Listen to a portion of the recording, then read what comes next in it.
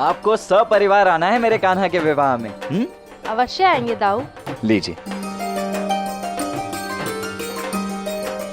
आइए आइए।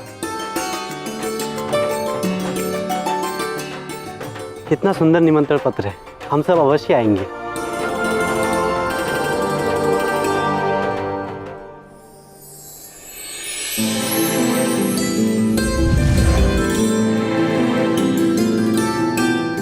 प्रणाम ब्रह्मदेव। प्रणाम देवी। प्रतीत होता है राधा कृष्ण के विवाह की प्रसन्नता आप सभी देवों को स्वर्गलोक से यहाँ खींच लाई है। जी हाँ ब्रह्मदेव, आपने वचन दिया था कि आप श्री कृष्ण और देवी राधा का विवाह करवाएंगे और इस बात की उत्सुकता हमें यहाँ खींच लाई। इसलिए हम सभी देवताओं ने यह निर्णय लिया है कि इस विवाह में हम सभी आपके साथ चलेंगे। भूलोक में एक कहावत बहुत प्रचलित है ब्रह्मदेव। वो कौन सी देवी? यही कि निमंत्रण बटे नहीं, बाराती पहले आ पहुंचे। क्षमा कीजिए देवी, किंतु श्री कृष्ण और देवी राधा के विवाह का प्रसंग है ही इतना अद्भुत कि हम सभी स्वयं को रोक ही नहीं पाए। अब इस विवाह की गतिविधियों से हम स्वयं को एक क्षण के लिए भी वंचित नहीं रखना चाहते। चिंतित ना हो देवगण, अब मुझसे भी प्रतीक्षा नहीं हो रही है। सत्य तो यह है कि मैं भी राधा कृष्ण का विवाह रचने का सौभाग्य प्राप्त करना चाहता हूँ।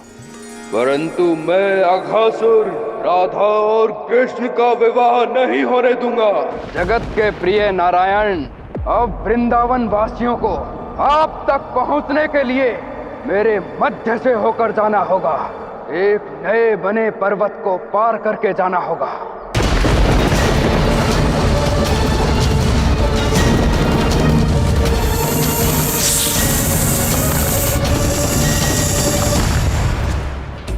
विवाह की तिथि तो परसों की है, इतनी शीघ्र सारी तैयारी कैसे हो पाएगी? आप बिल्कुल ही निश्चिंत हो जाइए दीनानाथ जी, सब कुछ कुशलता से हो जाएगा। विवाह परसों ही है, इसका अर्थ ये भी है कि हमारी प्रथा के अनुसार समस्त वृंदावन वासियों को राधा कृष्ण के साथ गांव के बाहर वाले विष्णु मंदिर में दर्शन के लिए चलना होगा। तो मैं अब आप सभी से हाथ जोड़कर विनती भी कर रहा हूँ और पूछ भी रहा हूँ कि आप सभी हमारे साथ दर्शन करने के लिए आएंगे। ये भी कोई पूछने वाली बात है बलराम? राधा और कृष्ण का विवाह तो हम सभी वृंदावन वासियों के लिए अत्यंत ही हर्ष का विषय है, इसलिए तुम चिंता मत करो, हम सब अवश्य आएंगे। क्यों अवश्य आएंगे? अब आप सभी की प्रतीक्षा रहेगी मुझे कल। चलो, वृंदावन के समस्त निमंत्रण पत्र तो बट गए, अब गांव के बाहर जो निमंत्रण पत्र बांटने हैं वो सब भी बांट आते हैं। हाँ चलो आओ। दाऊ दाऊ, एक क्षण यहाँ आइए, मुझे आपसे एकांत में कुछ बात करनी है। लो, होने वाले वर के दर्शन तो अब हो रहे हैं, न जाने सवेरे से कहां लुप्त थे दूल्हे राजा। लो, स्वयं भी पढ़ लो अपने विवाह का निमंत्रण पत्र।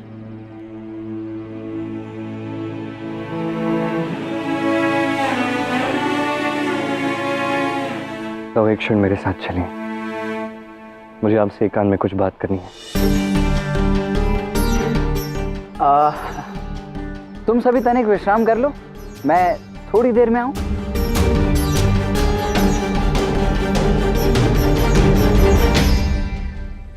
तुम कहाँ ले जा रहे हो मुझे कहना? अभी बहुत सारे निमंत्रण पत्र बांटने शेष। आपने सदैव मेरा सहयोग किया है दाऊ। मैं जानता हूँ कि जो मैं आपसे मांगने वाला हूँ वो कार्य आपके लिए अत्यंत कठिन होगा, किंतु अपने छोटे अनुज के लिए आपको ये कार्य करना होगा। तुम्हारे साथ यहाँ बात करने के लिए आकर ही मेरा मन बड़ा विचलित हो रहा है। शीघ्र बताओ बात क्या है? सब ठीक है?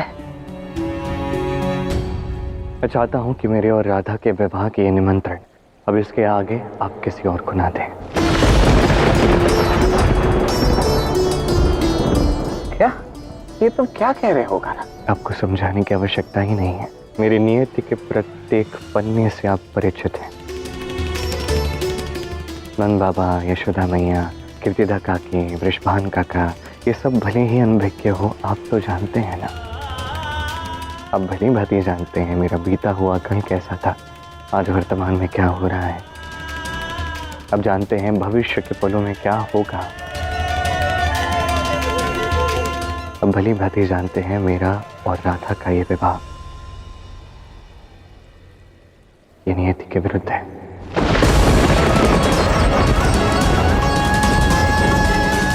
राधा तुम्हारी इस उलझन से परिचित है, किंतु राधा कृष्ण का विवाह राधा के लिए एक स्वप्न है था। वो अपना स्वप्न पूर्ण करने के लिए हर संभव प्रयास कर रही है। मैंने उसे समझाने का प्रयास किया, किंतु वो समझने के लिए सज्ज नहीं है। हाँ, तो इसमें उसका क्या दोष है ना? यदि तुम्हें ये विवाह नहीं करना था तो तुम स्वयं ही बता देते ना सबको। क्या आवश्यकता थी कीर्तिदा के हृदय में स्थान प्राप्त करने की? सबको आशा की किरण दिखाने की क्या आवश्यकता थी? क्या आवश्यकता थी राधा के स्वप्न पूर्ण करने की? मैं बस किसी का हृदय नहीं दुखाना चाहता था। अब यदि मैं सबके समक्ष राधा का ये विवाह प्रस्ताव अस्वीकार कर देता हूँ तो सोचिए कैसा लगता सबको। और मना करने के पश्चात यदि कोई मुझसे पूछे कि ऐसा क्यों, तो मैं क्या उत्तर दूंगा? उन्हें क्या समझाऊंगा उन्हें कि राधा और मेरा ये विवाह संभव नहीं है क्योंकि हमारे संगम के मध्य में नियति खड़ी है। कौन समझेगा इस बात को? संदेह तो मुझे तभी हो गया था कान्हा, जब विवाह के लिए मुहूर्त की तिथि ही नहीं मिल रही थी। अब क्या हुआ? वास्तविक कठिनाई तो ये है कि तुम्हें ये विवाह नहीं करना है। ये सत्य नहीं है। सत्य ये है कि जो राधा का हृदय चाहता है वही मेरा हृदय भी चाहता है ना, किंतु ये विवाह संभव नहीं है। देखो कान्हा, अब बात मात्र तुम्हारे और राधा के मध्य की नहीं है। समस्त गांव, समस्त वृंदावन सबको ज्ञात हो चुका है कि उनके प्रिय राधा कृष्ण एक परिणय सूत्र में बंधने वाले हैं। सब कितने प्रसन्न हैं इस बात से, और तुम अब ये तर्क दे रहे हो कि ये विवाह संभव नहीं। बालपन से मैंने तुम्हारा हर हट माना है कान्हा, कभी तुम्हें टोका नहीं है। सदैव साथ दिया है तुम्हारा, किंतु आज नहीं। मुझे ये सब नहीं याद है। मुझे बाबा ने कहा है सबको निमंत्रण देने के लिए। मैं निमंत्रण देने निकला हूं और मैं देकर रहूंगा। मुझे ये भी याद है मेरे कुछ भी कहने से, कुछ भी समझाने से तुम रुकने वाले नहीं हो। इसीलिए तुम्हें जो उचित लगता है तुम वो करो। मुझे जो उचित लगता है मैं वो करता हूं।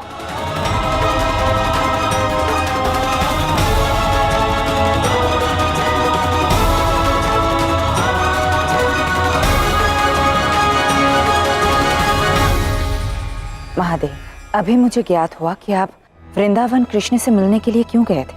आप उनकी मन स्थिति से भली भांति परिचित थे। आपको ज्ञात था कि उनके मन में यह विचार घर कर चुका है। महादेव, तो राधा और कृष्ण का विवाह नहीं होगा? ऐसा क्यों कहती हो गौरी? मैं तो इस अद्भुत विवाह का साक्षी बनने के लिए पूर्ण रूप से तत्पर हूँ और इस विवाह में सम्मिलित होने के लिए अवश्य जाऊंगा। परंतु महादेव, जब वर विवाह के लिए सज्ज ही नहीं है तो आपके तत्पर होने से क्या होगा? यही तो मेरे आराध्य की लीला है गौरी। बस कुछ समय और प्रतीक्षा करो। तुम्हारे इस प्रश्न का उत्तर भी आराध्य अवश्य देंगे। कृष्ण के हृदय की स्थिति जानने के पश्चात मुझे तो ये संदेह कि ये विवाह होगा भी या नहीं, और यदि ये विवाह नहीं होता है तो राधा के ऊपर क्या बीतेगी?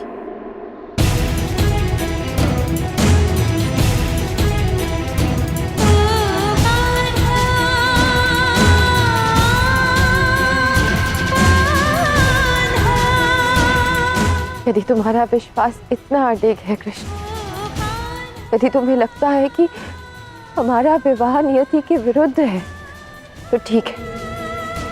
मुझे भी ज्ञात है कि मुझे क्या करना है।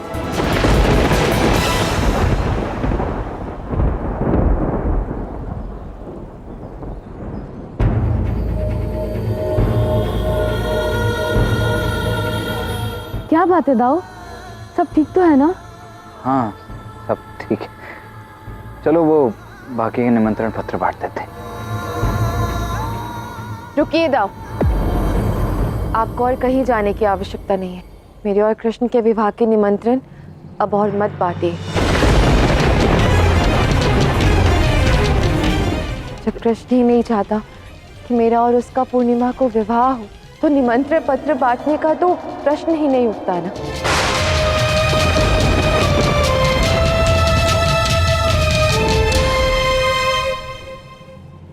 ये तुम क्या कह रही हो राधा? तुमने तो इस विवाह के लिए, इस तिथि के लिए वर्षों से प्रतीक्षा की। कितने प्रयास किए हैं राधा, इस विवाह के संपन्न होने के लिए कितना कुछ किया है। अब मेरा कृष्ण के साथ विवाह मेरा एक स्वप्न है दाऊ, वो स्वप्न जो संभवतः कभी पूर्ण ही नहीं हो पाएगा। यदि कृष्ण को इतना विश्वास है कि हमारा विवाह नहीं होना चाहिए, तो भला ये निमंत्रण पत्र बांटने का परिश्रम क्यों करना? दाऊ, मेरी विनती है आपसे, आप और किसी को आमंत्रित मत कीजिए। इसके पश्चात जो भी होगा मैं संभाल लूंगी। परंतु राधा, हम सब घर पे क्या उत्तर देंगे? इस विषय में घर पे किसी को भी कोई भनक नहीं होनी चाहिए। मुझे ज्ञात है कि ये परिस्थिति कितनी कठिन है। दाऊ, दाऊ, आप मुझे वचन दीजिए, मेरे घर लौटने तक आप किसी से कुछ नहीं कहें। अन्य जो भी होगा मैं स्वयं सब संभाल लूंगी।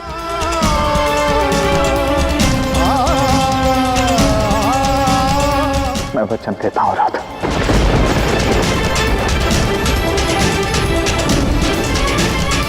पूरा संसार जिस विवाह का साक्षी बनने के लिए आतुर है, क्या अब वो विवाह संपन्न नहीं हो पाएगा?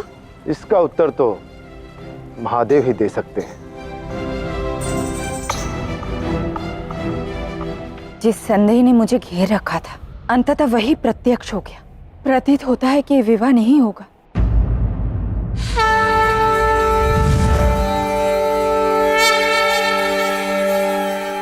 प्रणाम महादेव, प्रणाम माता।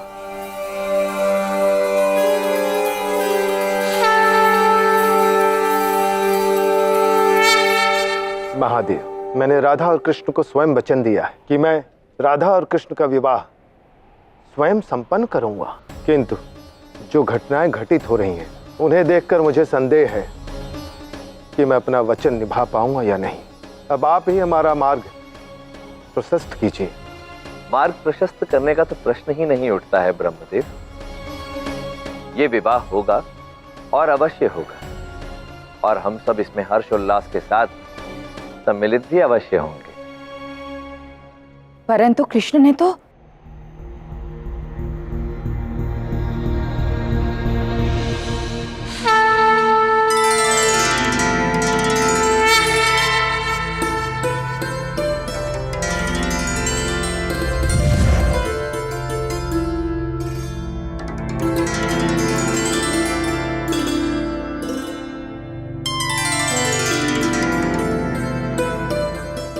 आओ राधा, स्वागत है तुम्हारा कैलाश में।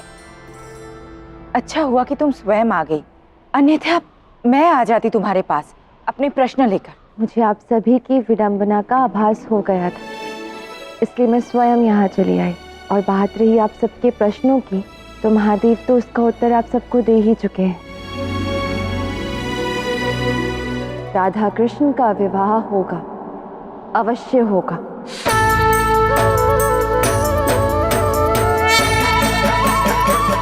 राधा, क्या तुम सत्य कह रही हो? हाँ देवी पार्वती, राधा कृष्ण का विवाह अवश्य होगा, किंतु पूर्णिमा की तिथि पर नहीं, क्योंकि कृष्ण इसके लिए सज्ज नहीं है। और राधा कृष्ण का विवाह तो अति शुभ तिथि पर संपन्न होना चाहिए ना। परंतु इसके बाद तो कोई उपयुक्त तिथि है ही नहीं। मुझे ज्ञात है कि आप सब राधा कृष्ण के विवाह को लेकर कितने आतुर हैं, तो बस सज्ज रहिए और मेरे आवाहन की प्रतीक्षा कीजिए। उचित है राधा रानी, अब हम सब आपके आह्वान की ही प्रतीक्षा करेंगे। मुझे तो विश्वास ही नहीं हो रहा है, हमारे बच्चे विवाह के बंधन में बंधने जा रहे हैं। सच कहूँ जीजी, विश्वास तो मुझे भी नहीं हो रहा है। ऐसा प्रतीत होता है जैसे ये सब एक सुंदर स्वप्न हो। या यूं कहें कि जो अब तक स्वप्न था वो अब सत्य होने जा रहा है।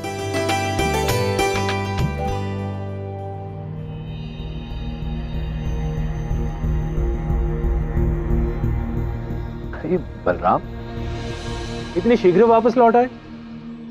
सभी को निमंत्रण पत्र दे तो दिए ना। मित्र बलराम ने आज तक आपके आदेश की अवहेलना की है, जो आज करेगा। और फिर आज तो उसके प्रिय कान्हा के विवाह का प्रसंग है, जिसके प्रति बलराम ने बालपन से ही बड़े भाई के कर्तव्य निभाए। मैं तो अपनी पुत्री राधा से भी यही कहूंगा कि विवाह के पश्चात बलराम पर बड़े भाई के अधिकार जताए, ठीक वैसे ही जैसे कान्हा जताता है। क्यों नहीं मित्र, अवश्य। अरे हमारे राधा कृष्ण है कहाँ? मैया,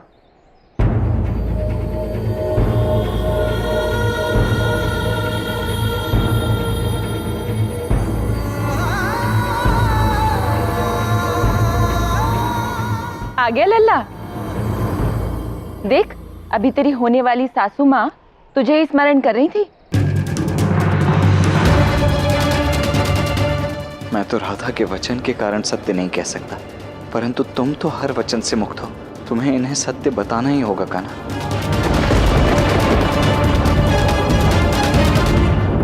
क्या हुआ? आंखों आंखों में क्या बातें चल रही हैं तुम दोनों के बीच? काकी, मैं कहना चाह रहा था कि मैं बताती हूँ।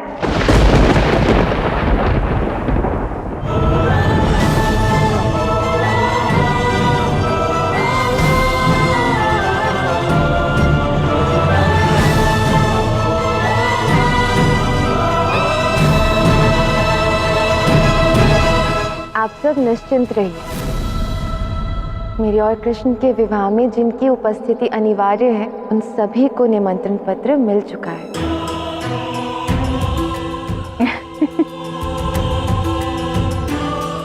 सब कुछ वैसा ही हो रहा है जैसा होना चाहिए।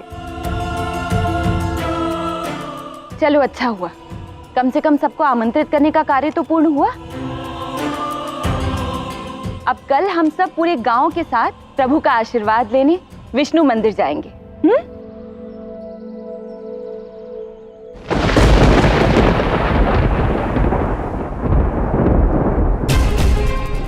कल उन्हें विष्णु का आशीर्वाद नहीं, अपितु मेरा विष मिलेगा। एक बार तो बच गए वो मेरे विष से, परंतु इस बार कदापि नहीं बच पाएंगे। कृष्ण,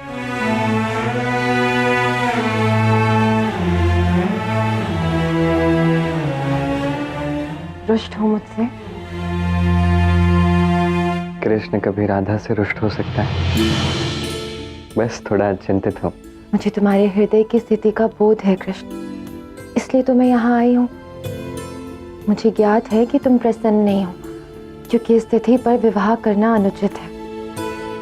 और यदि सब कुछ जानते हुए भी हम ऐसा करते हैं तो ये विधि के विधान का उल्लंघन होगा। किंतु इसके विषय में सोचकर भी क्या लाभ है? तुमने पहले ही सबके समक्ष कह दिया है कि जिन तक निमंत्रण पहुंचना चाहिए उन तक पहुंच चुका है। इसका तात्पर्य तो यही हुआ कि तुम इसी तिथि पर विवाह करना चाहती हो। नहीं कृष्ण, मैं तो तुम्हें अपने हृदय में बसा चुकी हूँ। तुम्हारे हृदय को आहत करके थोड़ी ही विवाह करूंगी तुमसे।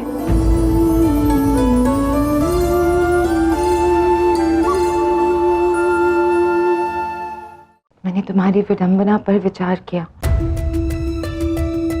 तुम ये बता रहा था, तुम्हें नहीं लगता कि हम नियति के विरुद्ध जा रहे हैं? यही कारण है कि हमें हमारे विवाह के लिए एक शुभ मुहूर्त तक नहीं मिल रहा है, कोई शुभ तिथि नहीं मिल रही है। जो तिथि ऋषियों को भी मान्य नहीं है, वो तिथि भला उचित कैसे हो सकती है? तो इसका अर्थ यह है कि तुम मान गई कि हमारा विवाह इस तिथि पर नहीं होना चाहिए। हाँ कृष्ण, मैं मान गई हूँ, परंतु इससे पहले कि सबको मेरे निर्णय का बोध हो, तुम्हें मेरा एक कार्य करना पड़ेगा। जो भी चाहती हो कहो, वो कार्य मैं अवश्य करूंगा, निश्चिंत रहना।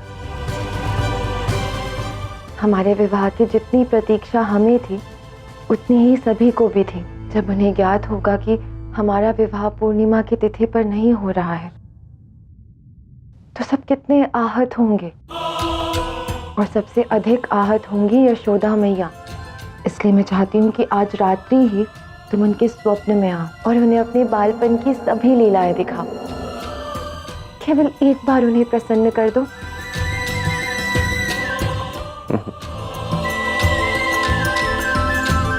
अवश्य, यही तुम चाहती हो तो आज रात्रि ही ये कार्य हो जाएगा। तुम्हारे यौवन का अंग तो मैं हूँ ही, परंतु आज रात्रि तुम अपने बालपन का मुझे अंश भी बना लेना। तुम्हारी लीला देखने का सौभाग्य मैं भी लेना चाहती हूँ, यशोदा मैया के स्वप्न में आकर। उचित है, आज रात्रि में मेरे बालपन की लीलाएं मैया भी देखेंगी और तुम भी देखोगे।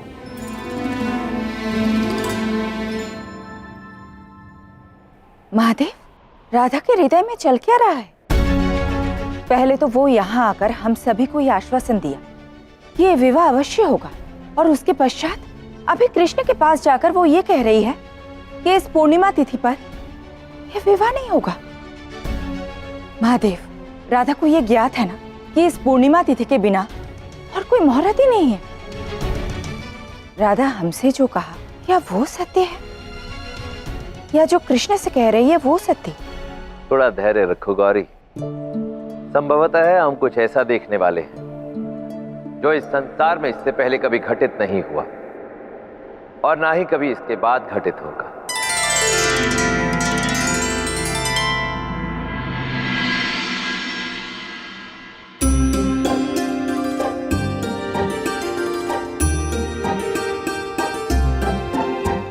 कान्हा, तेरी पायल तो बड़ी प्यारी है।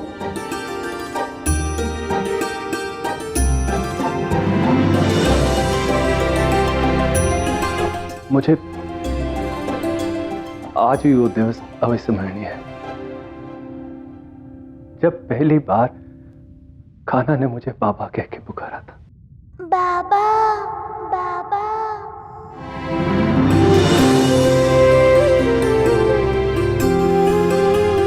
यशोदा, मुझे अब भी स्मरण है जब हमारा लल्ला अपने छोटे छोटे पाँव में ये पायल पहनकर सारा दिन घर में इधर उधर दौड़ता रहता था। हाँ, अरे और केवल कान्हा के बालपन की वस्तुओं को ही नहीं, अपितु उससे जुड़ी हुई हर स्मृति को भी मैंने अपने हृदय में सहेज कर रखा है।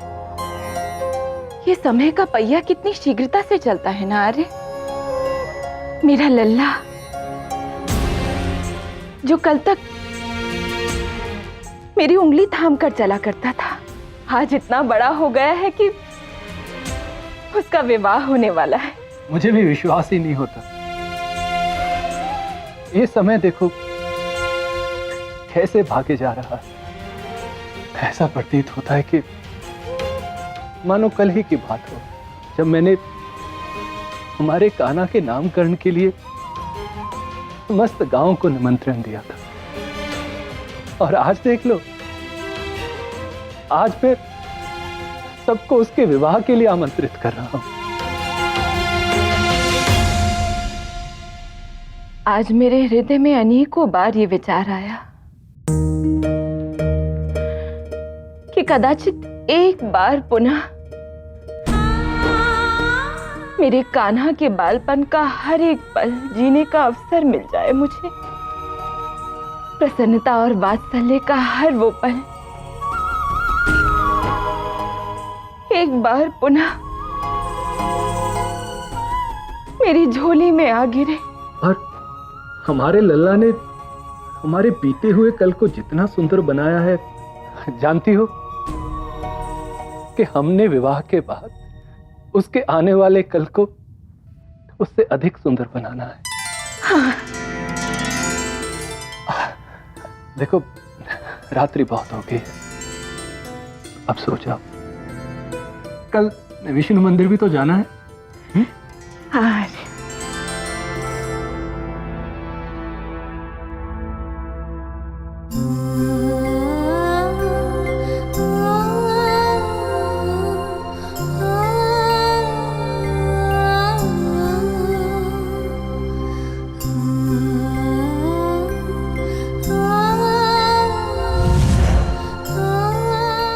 केवल आपके हृदय में ही नहीं, मेरे हृदय में भी बालपन की सभी स्मृतियां बसी हुई हैं और आज आपकी इच्छा अवश्य पूर्ण होगी। बालपन की सभी स्मृतियां आज आप पुनः एक बार जिएंगे मैया।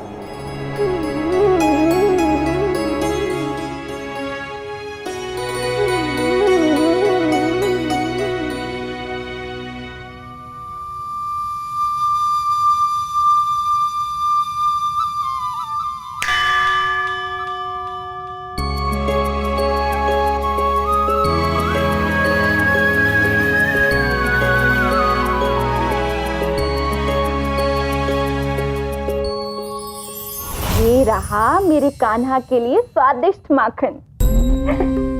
ये लल्ला आ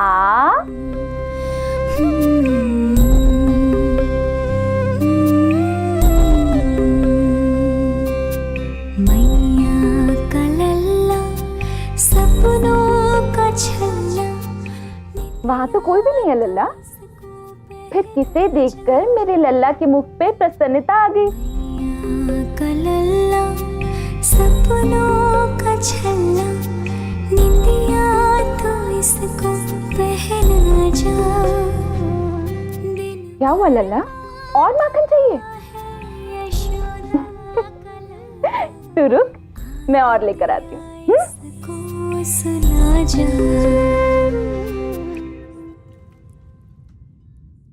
क्यों राधे, अब तो प्रसन्न होना। यही तो चाहती थी तुम। मैया के साथ साथ तुम्हें भी मेरे बालपन की लीलाओं का आनंद प्राप्त हो रहा है। हाँ कृष्ण, प्रसन्न तो हूँ, किंतु ये लीला अभी समाप्त नहीं हुई है। अभी तो तुम्हें मेरी लीला का आनंद लेना है। अर्थात तुम्हें सब ज्ञात हो जाएगा। उससे पूर्व मैं अपने नन्हे से कृष्ण को अपने हाथों से माखन खिलाना चाहती हूँ।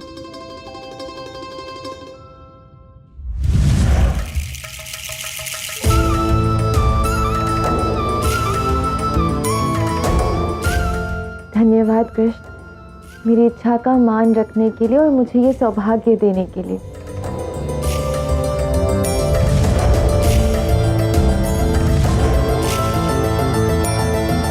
अब मेरे स्वप्न को पूर्ण करने का समय आ गया है कृष्ण।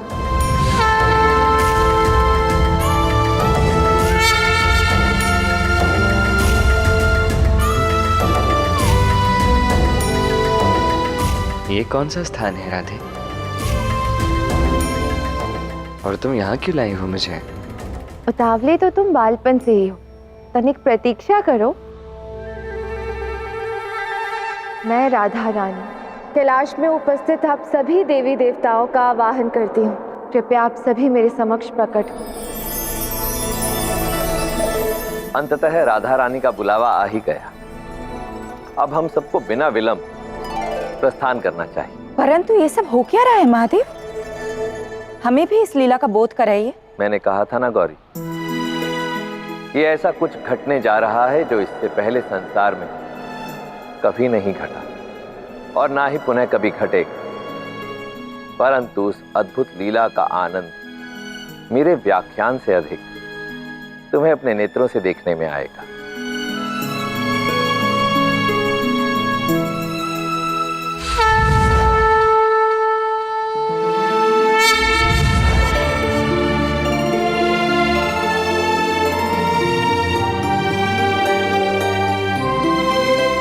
प्रणाम राधा रानी। प्रणाम आराध्य। प्रणाम आराध्य। राधा, अब मुझसे और प्रतीक्षा नहीं हो रही है। हमारी जिज्ञासा का अंत कर दो। तुम्हारा और कृष्ण का उनके बाल रूप में यहाँ आगमन और हम सबका आवाहन, इसका अर्थ क्या है?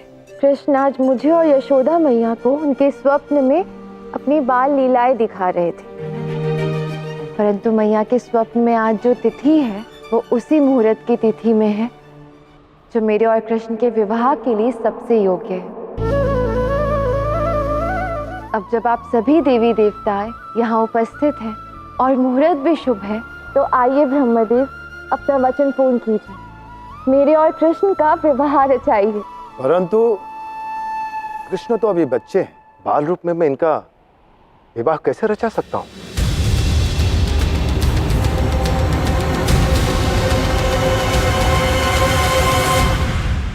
ये तो हम सभी को ज्ञात है कि कृष्ण का बालपन कोई साधारण बालपन नहीं है ब्रह्मदेव। इस रूप में भी वो है तो नारायण ही, और ये सत्य है कि इस रूप में संसार मुझे राधा के नाम से जानता है, परंतु मैं हूं तो नारायण की लक्ष्मी ही। अब बताइए, तो विवाह रचने में कैसा संकोच? देवी राधा, आपका तर्क उचित है, किंतु न जाने मुझे बड़ा संकोच हो रहा है। ब्रह्मदेव, आप अपनी सभी शंकाओं का अंत कर दीजिए। आप कुछ भी अनुचित नहीं कर रहे हैं। कृष्ण अपने बाल रूप में, परंतु है तो राधा का प्रेम ही। क्षमा कीजिए देवी पार्वती, किंतु ये विवाह कोई साधारण विवाह नहीं है। ये इस सृष्टि के पालनहार का विवाह है, इसलिए इस विवाह का उचित रूप से होना बहुत ही अनिवार्य है। और इस प्रकार श्री कृष्ण का विवाह उनके बाल रूप में होना ये तो कदापि उचित नहीं है देवी। आप सभी देवतागण एक अत्यंत महत्वपूर्ण बात भूल रहे हैं। कौन सी बात महादेव? गौरी, मेरे आराध्य श्री कृष्ण को उनकी इच्छा के विरुद्ध कोई भी इस ब्रह्मांड में कहीं भी नहीं ले जा सकता, और मेरे आराध्य अपने बाल रूप में स्वयं राधा रानी के साथ यहाँ उपस्थित है, तो इसका केवल एक ही अर्थ है कि मेरे आराध्य ने इस विवाह के लिए अपनी स्वीकृति दी है। क्यों आराध्य, मेरा अनुमान सही है ना? हाँ आराध्य।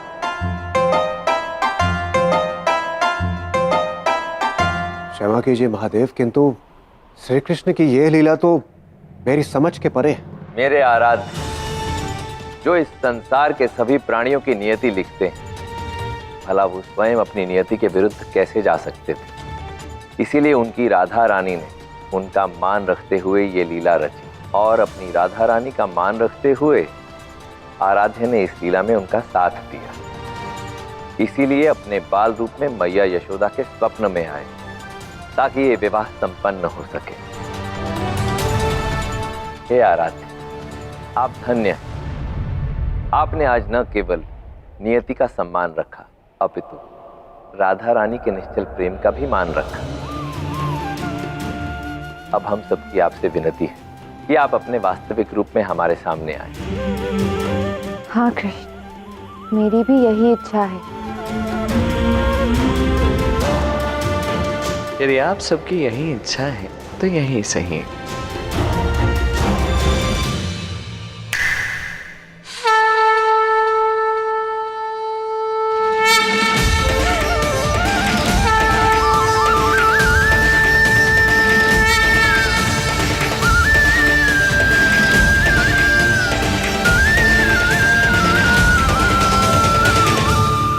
कहिए ब्रह्मदेव, अब तो पूर्ण करेंगे ना अपना वचन? अवश्य देवी राधा, यह तो मेरा परम सौभाग्य होगा। कहो कृष्ण, सज्ज हो? और तुम? युगों युगों से। इंद्रदेव, ब्रह्मांड में ये घोषणा करवा दीजिए कि राधा कृष्ण के विवाह की शुभ घड़ी आ गई है।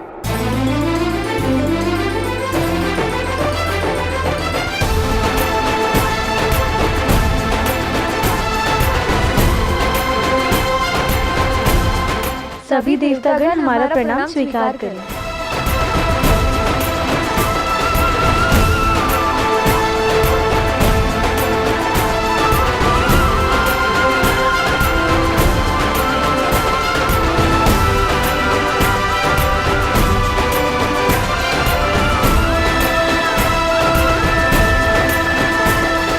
सत्य ही है, अंततः प्रेम अपना मार्ग प्रशस्त कर ही लेता है। राधा के प्रेम ने भी अपना मार्ग ढूंढ ही लिया, समस्त बाधाओं को पराजित करके अंततः अब तुम दोनों विवाह के बंधन में बंधने वाले हो। इस शुभ घड़ी की प्रतीक्षा हम सबने कब से की है। अब तुम देखना खाना, कैसा सज्ज करता हूं मैं तुम्हें। जब ये विवाह संसार का सबसे अद्भुत विवाह है, तो इस विवाह में वर की झलक भी तो अद्भुत होनी चाहिए ना। चाहे आप वर की कितनी भी सज्जा कर लो दाऊ, परंतु वधू के सामने उनका श्रृंगार फीका लगना तय है। अब देखते हैं कि इस विवाह में वधू अधिक सुंदर लगती है या हमारा वर। देखते हैं। यदि बात ऐसी है तो हम स्त्रियां राधा का श्रृंगार करेंगी और आप सभी पुरुष कृष्ण का। तत्पश्चात देखते हैं किसका रूप अधिक सुंदर लगता है।